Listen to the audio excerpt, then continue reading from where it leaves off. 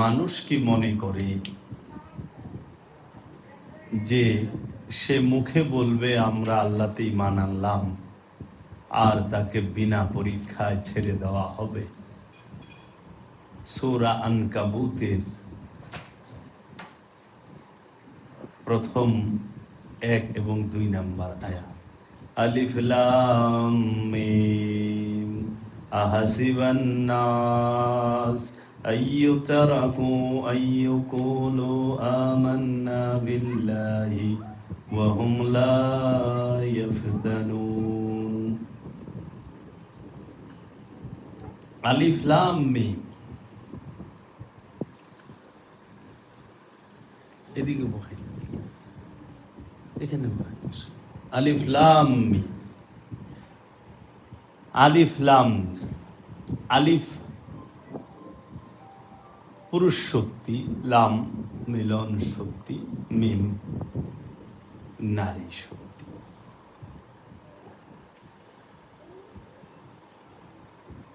মানুষ কি মনে করে যে আমি মুখে বললাম আমি আল্লাহতে ঈমান এনেছি, আল্লাহ বিনা পরীক্ষায় ছেড়ে দেবে? কখনোই না। অবশ্যই অবশ্যই আল্লাহ পরীক্ষা নেবে। পরীক্ষা নেবে কি দিয়ে? আল্লাহ বলছেন ওয়ানাবলুওয়ান্নাকুম বিশাইইন মিনাল খাউফি ওয়াল জুই, অবশ্যই অবশ্যই আমি পরীক্ষা নেব ভয় এবং ক্ষুধা দিয়া। আল্লাহ ভয় এবং ক্ষুধা দিয়ে আমাদেরকে পরীক্ষা নেবেন। আমরা যদি খেয়াল করি যে আজকে যে উপলক্ষে আমাদের সমবেত হওয়া, সেটা হচ্ছে 10ই মুহররমে গামে হুসাইনকে কেন্দ্র করেই শহদানে কারবালার আদর্শ কি এবং শহদানে কারবালার কোন বিষয়টি আমরা হৃদয়ে ধারণ করব, লালন করব, সেই বিষয়ে আমাদের আলোচনা। আল্লাহ বলতেছেন কুরআনুল কারীমের মধ্যে স্পষ্টভাবে, যদি কেউ মুখে বলে আমি আল্লাহতে ঈমান এনেছি, তাকে বিনা পরীক্ষায় ছেড়ে দেওয়া হবে না। আল্লাহ অবশ্যই অবশ্যই পরীক্ষা নেবে। আল্লাহ আপনাকে পরীক্ষা করবে প্রথমেই ভয় দিয়া, ক্ষুধা দিয়া, এবং আপনার নফসের ক্ষয়ক্ষতি, রোগ শোক, সন্তান সন্ততি ছিনায় নিবে, ফসলাদি শস্যাদি ফসল ছিনায় নিবে, এবং আল্লাহ রাব্বুল আলামিন তিনি আপনাকে কঠিন মুসিবতের মুখোমুখি দাঁড় করিয়ে দেবে। এর ভিতরে যে ধৈর্য ধারণ করতে পারবে তার জন্য আছে সুসংবাদ, ওয়াবাশশিরিস সাবিরিন। ধৈর্যশীলের জন্য সুসংবাদ আছে। তো কারবালার যে মূল আদর্শ, আপনি দেখেন যে মাওলা হুসাইন আলাইহিস সালাতু ওয়াস সালাম তিনি কারবালার ময়দানে যে দাঁড়ালেন, অবস্থান নিলেন, তাহার সাথে কি কি ছিল, আর যাহারা মাওলা হুসাইনের বিরুদ্ধে অবস্থান নিলেন তাহাদের সাথে কি কি ছিল, আমরা যদি লক্ষ্য করি, মাওলা হুসাইন আলাইহিস সালাতু ওয়াস সালামের সাথে আওলাদে রসুলগণ ছিলেন, রসুলের আওলাদগণ ছিলেন, রসুলের ঘরানার সবাই ছিলেন, রসুলের ঘরানার সবাই ছিলেন, রসুলের আওলাদরা ছিলেন। মাওলা হুসাইনের সাথে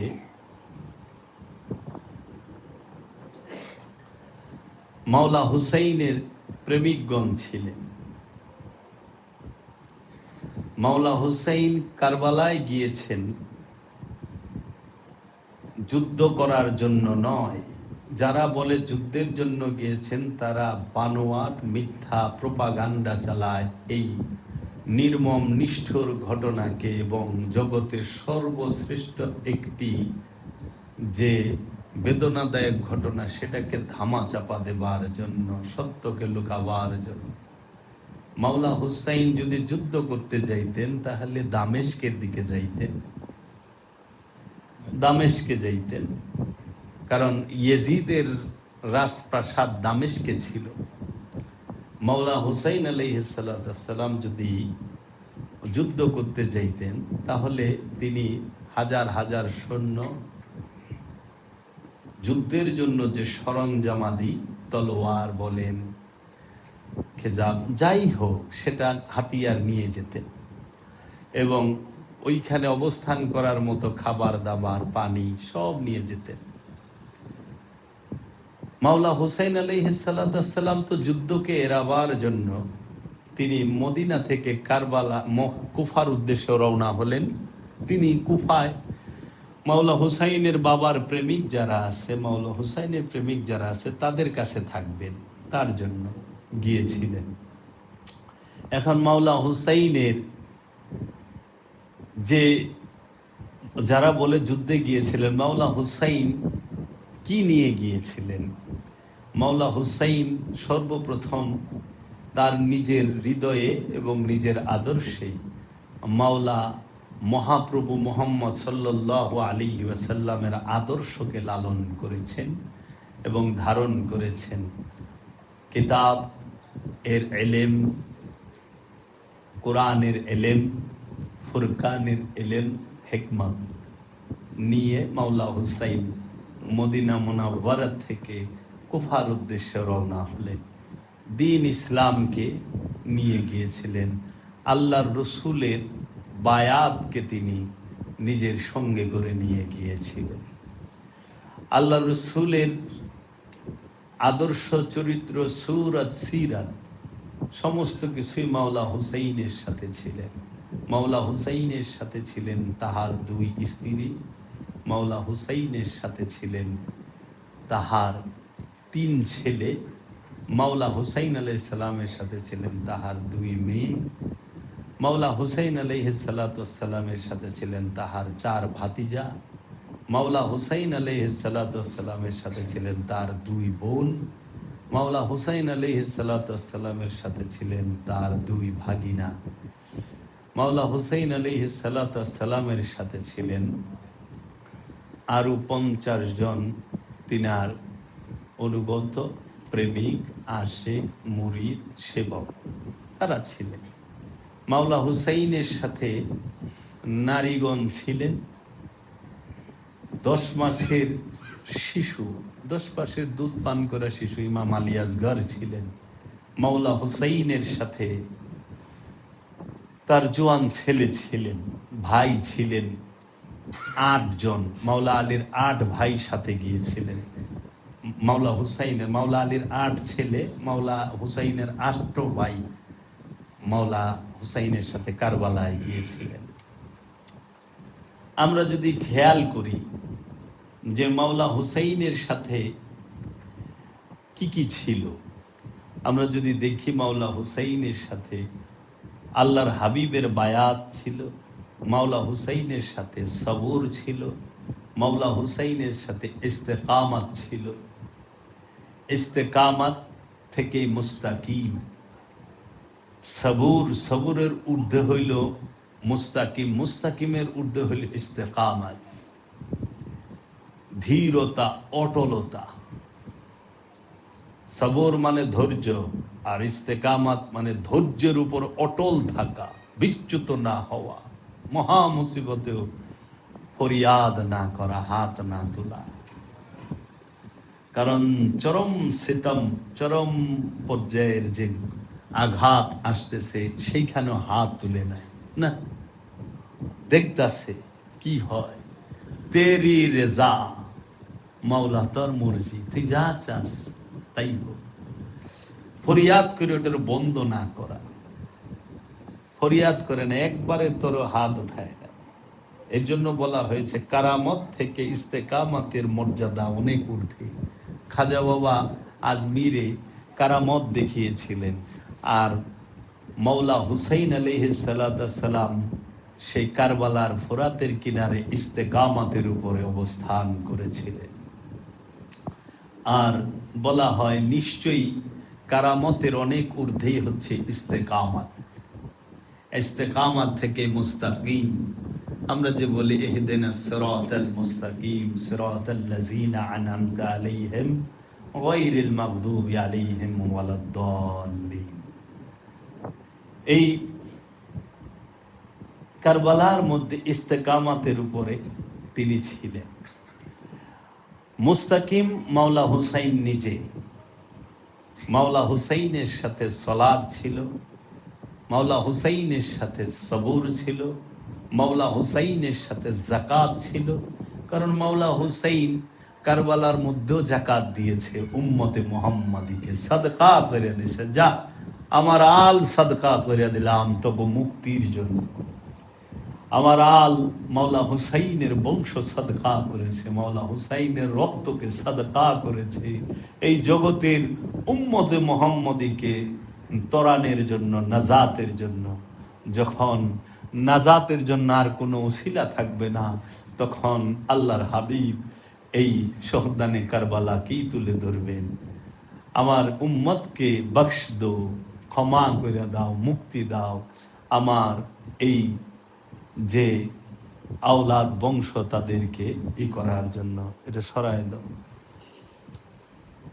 তাই ইস্তেকামাত বহুত ঊর্ধ্বের বিষয়, হাত না তোলা। আর বর্তমানে আমরা যে পর্যায়ে আছি সবুরও নাই, স্যান্ডেল আড়াইলে কেন্দ্রে দেয়,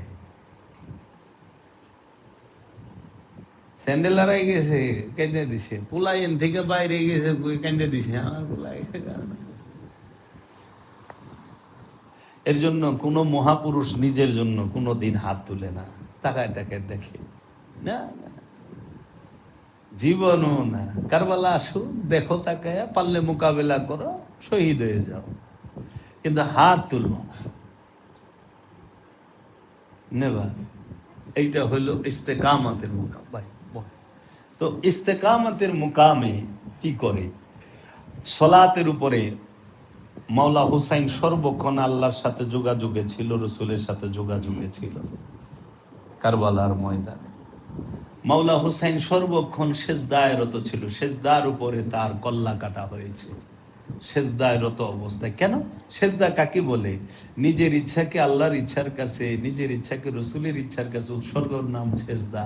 তা আল্লাহ তো মঞ্জুর করে রাখছে আগমনের আগেই কারবালায় শহীদ হবে, রসুলও বইলা দিছে যে এই হুসাইন কারবালায় শহীদ হবে। তো রসুলের ইচ্ছার উপরে, আল্লাহর ইচ্ছার উপরে মাওলা হুসাইন দাঁড়ায় রয়েছে, শহীদ হয়ে যাবে। গেছে, উনি তো পলায় যায় নাই। উনি কি করলো? যখন 9 মুহররম মাওলা হুসাইন তাবুর সমস্ত মশালগুলো নিভিয়ে দিল, দিয়ে সাথে যারা আসছিল বলল যে দেখো, ইয়াজিদ কোনোভাবে আমাকে ছাড়বে না, আর ইয়াজিদের টার্গেট আমি, আমাকে ছাড়বে না ওরা। আর ও আমার কাছে বায়াত চাই। কেন? ওর তো কোনো প্রাধান্য নাই, ও যদি ওর কাছে আমি বায়াত হই তাহলে ও সবচেয়ে তো ঊর্ধ্বে উঠে। কারণ ওই সময়ের মধ্যে মাওলা হুসাইনের উপরে সম্মানিত কেউ ছিল না। তাই মাওলা হুসাইন যার কাছে বায়াত হয় সে কত সম্মানিত। এখন তুমি চিন্তা করো, তুমি একজন লিডার, তুমি একজন ওসি, তুমি একজন পুলিশের বড় কর্মকর্তা, তুমি একজন সচিব, তুমি একজন ব্যারিস্টার, তুমি যদি আইসা একজনের কাছে বায়াত হও, আরেকজনের পায়ে ধরে সালাম করো, তখন তার মর্যাদাটা কোনখানে, তার সম্মানটা? স্বাভাবিক বিষয়। তাহলে এজিদ এইটাই চাইছে। আর এইটা হলো ইজিদের, যে আমার তো কোনো সার্টিফিকেট নাই, সনদ নাই, বাপদাদার কোনো ব্যাকগ্রাউন্ড নাই, যা আছে ইসলামের জন্য সবই ক্ষতিকর। ওর দাদা ছিল রসুলের বিরোধী, এজিদের বাপে ছিল মাওলা আলীর বিরোধী, এজিদ নিজে মাওলা হুসাইনের হত্যাকারী। হ্যাঁ, তো কাজী ওর কোনো ই নাই। আর মাওলা হুসাইনের মর্যাদার শেষ নাই, তিনি সব দিকে শ্রেষ্ঠ। তাই এজিদ চাইছিল যে আমি হুসাইনকে যদি একবার বায়াত করতে পারি তাহলে আমি হুসাইনের ঊর্ধ্বে, কারণ উনি আসনে বৈশা থাকবো, যে বায়াত নিছে সে নিচে, আর বায়াত যার কাছে হয় তার অনুসরণ করতে হয়। আচ্ছা আপনি বলেন তো, মাওলা হুসাইন কি এজিদের অনুসরণ করতে পারে? বায়াত যার কাছে হয় তাকে সালাম করতে হয়, সেজদা দিতে, আর ওই সময় রাজাকে সেজদা দিতে হইতো, মানে মাথা নত ভক্তি দিতে হইতো, রাজাকে ভক্তি দিতে হইতো। এখনো আরবে মায়ের সেজদা দেয়, বাবারে সেজদা দেয়, বড় অফিসারের সেজদা দেয়। এখন আমি নিজ চোখে দেখেছি, নিজ চোখে দেখাটা তার ভুল না। আপনারা ভিডিওতে অনেক সময় দেখেন হজের মধ্যে ভিডিও সেজদা দিচ্ছে। মাকে সেজদা করা তো সুন্নাত, মাকে সেজদা করতে হয়। তো কাজেই এই জিনিসটা এত গভীরে যায় মানুষ কিন্তু বিশ্লেষণ করে না আসলে মূল দর্শনটা, মূল বিষয়টা কি। তা মাওলা হুসাইন কোনোভাবে এজিদের কাছে বায়াত নেবে না। তিনি তাবুর সমস্ত মশাল নিভিয়ে দিয়ে রাতের বেলায় বলল, আমি যে মশাল নিভিয়ে দিলাম, তোমরা যে যে দিকে পারো এখান থেকে চলে যাও, তোমাদেরকে কিছুই বলবে না। ওর টার্গেট আমি, কালকেই আমাকে ওরা হত্যা করবে, তোমরা চলে যাও। তো মাওলা হুসাইন মশাল নিবি দিয়ে যখন মোরাকাবায় বসে আছেন ধ্যানস্থ, অনেক পরে যখন চোখ খুলছে দেখে তাহার সামনে যে কতজন ছিল সবাই ফুপায়া কান্তাছে, ঠোঁটে কামড় দিয়া চোখের জল ফালায়া ফুপায়া কান্তাছে। তখন বলতাছে, হে মাওলা হুসাইন, আমাদের দেহে এক ফোঁটা রক্ত থাকতে আমরা আপনার শরীরে কোনো আঘাত লাগতে দেব না, আমরা আপনাকে ফেলে যাব না, আমরা আপনাকে ছেড়ে যাব না। আমরা হত্যা হওয়ার পরে, শহীদ হওয়ার পরে আপনি আমাদের শহীদ যে আমরা হব সেটা আপনি নিজ চোখে দেখবেন। তাই শহীদ শব্দের অর্থ হলে চশমাদিদ গাওয়া, চাক্ষুষ সাক্ষী, যার চোখের সামনে সব হয়, যে সব কিছু দেখেন তিনি শহীদ। এর জন্য যে শহীদ কাকে বলে, সুফিগণ বলছেন ইরফান কালামের মধ্যে যে तुझी को देखना, तुझी को सुनना, तुझ में गुम हो जाना, इसी को शहादत कहते हैं। তোমাকে দেখা, তোমাকে শোনা এবং তোমার মধ্যে নিজেকে হারিয়ে ফেলা, এইটাই হওয়া, শাহাদাত বরণ করা। শাহাদাত হইতে যান এইটা, তসব্বুর মে তেরে রহনা, इसी को इबादत कहते हैं। আপন রসুলের ধ্যানে থাকা, আপন রসুলের ধ্যানে থাকা, এটাই ইবাদত। কারণ রসুলের রূপই আল্লাহর রূপ, রসুলের আদর্শে আল্লাহর আদর্শ। তাই এজিদ কি করলো, তখন মাওলা হুসাইন সবার থেকে আহেদ নিল, সাক্ষী নিল, ওয়াদা নিল, ঠিক আছে লোর।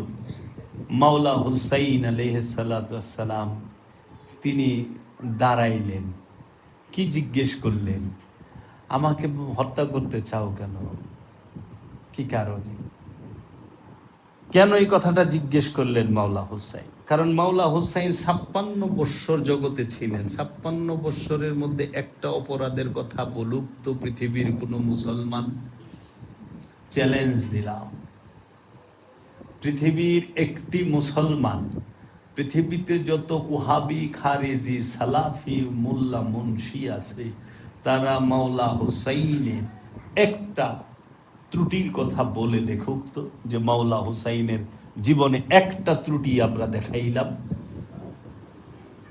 নাই। থাকলে কবে কইতো, ডুল পিটাইয়া, পারে নাই তো। তখন তারা কি করে, বলে যুদ্ধ করছে, কারণ তারা এজিদকে বাঁচাইতে চায়। এজিদের জন্য তাদের এত মহব্বত কেন? তারা পোশাক নিল রসুলের, তারা লেবাস নিল রসুলের, তাহারা আজান নিল রসুল থেকে, মসজিদ পাইল রসুল থেকে, নামাজ পাইল রসুল থেকে, রোজা পাইল রসুল থেকে, হজ পাইল রসুল থেকে, কুরবানি পাইল রসুল থেকে, জাকাত পাইল রসুল থেকে, তারা কোরআন পেল রসুল থেকে, হাদিস পেল রসুল থেকে, তারা আপনার এজমা কিয়া এটি তো না, কিতাব ফুরকান সব রসুল থেকে নিল, সুন্নাত রসুল থেকে নিল, সব কিছু রসুল থেকে নিয়ে তারা এজিদের প্রতি এত প্রেম কেন? এর মানে কি? আওলাদের রসুলের বিরুদ্ধে দাঁড়ায় কেন? যারা রসুলের আওলাদকে হত্যা করলো তাহাদের পক্ষ কেন নেয় এরা? কারণ কি? তাহলে তারা মোহব্বত আসলে কারে করে?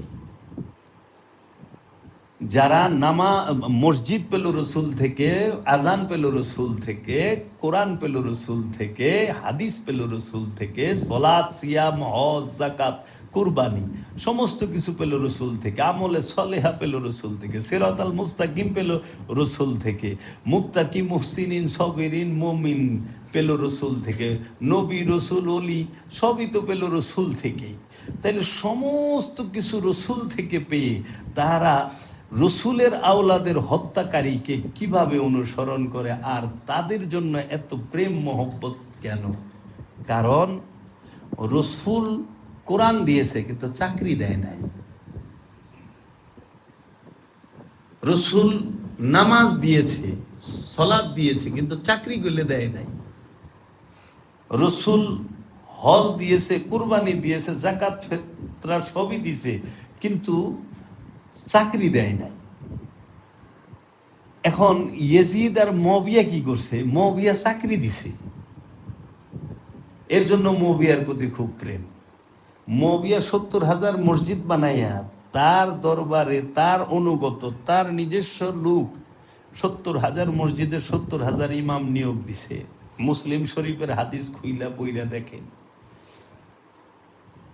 মুসলিম শরীফের মধ্যে পড়িয়া দেখেন, দেখবেন 70,000 মসজিদে 70,000 আলেম দিয়া 70,000 মসজিদে এক টাইমে শুক্রবারে জুমার নামাজে খুতবার মধ্যে মাওলা আলী রে গালিগালাজ করা হইতো, আহলে বাইতকে গালিগালাজ করা হইতো। মসজিদ আল্লাহর ঘর, আল্লাহর ঘরের ভিতরে বৈশা আল্লাহর ওয়ারিস যারা, আল্লাহর রসুলের বংশ যারা, হ্যাঁ নাতিকুল কোরআন যে, তাকে গালি দিত কারা? ওই মুয়াবিয়ার চাকরি প্রাপ্ত লোকেরা। মুয়াবিয়া যাকে চাকরি দিছে, বেতন দিছে, এর জন্য দেখা যায় যে ইমানের থেকে তাদের কাছে বেতন আর চাকরিটা বড়। হ্যাঁ, তারা লেবাস দিছে রসুলের কিন্তু চাকরির জন্য, নাহলে না গালি দিলে তো চাকরি থাকবো না। শর্ত তো একটা, গালি দিয়ে পারবা, হ্যাঁ দিয়ে দেখাও তো, দেখাইছে, যাও চাকরি, অমুক মসজিদে তোমার চাকরি হয়ে গেছে, অমুক মসজিদে তুমি ইমাম। আর মুয়াবিয়া এমন একটা সিস্টেম করছে যে একটা কেন্দ্র বানায়া সারা এলাকার সব খবর একাই লইল। যেরকম যে কোনো একটা গ্রামে যদি একটা দুইটা মসজিদ থাকে, ওই গ্রামের সব মুসলমানের বাড়ির খবর, ঘরের খবর 2জন মৌলভী সাহেবের কাছে আছে। তারা কি করে যায়, যদি তারা কোনো দলের সংগঠনের লোক হয় তাহলে তারা ওইটা যায় ঢাকা শহরে মনে করেন বড় কাটারায় জানাইলো, বড় কাটারা এলায় হাট হাজারিতে জানাইলো, হাট হাজারি এলায় দেওবন্দে জানাই দিল, দেওবন্দি এলায় সৌদি আরব জানাই দিল।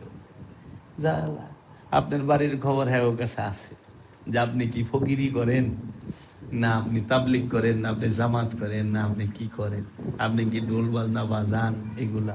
তো এই যে সিস্টেমটা তারা করলো, মাওলা হুসাইন কারবালায় দাঁড়ায় দাঁড়ায় দেখলো এবং আমাদেরকে এই শিক্ষাটা দিল, তোমরা শুধু মাত্র যে হামলা ওইটা দেখো না, এর ভেতরে যে গভীরের যে বিষয়টা সেটাকে দেখো।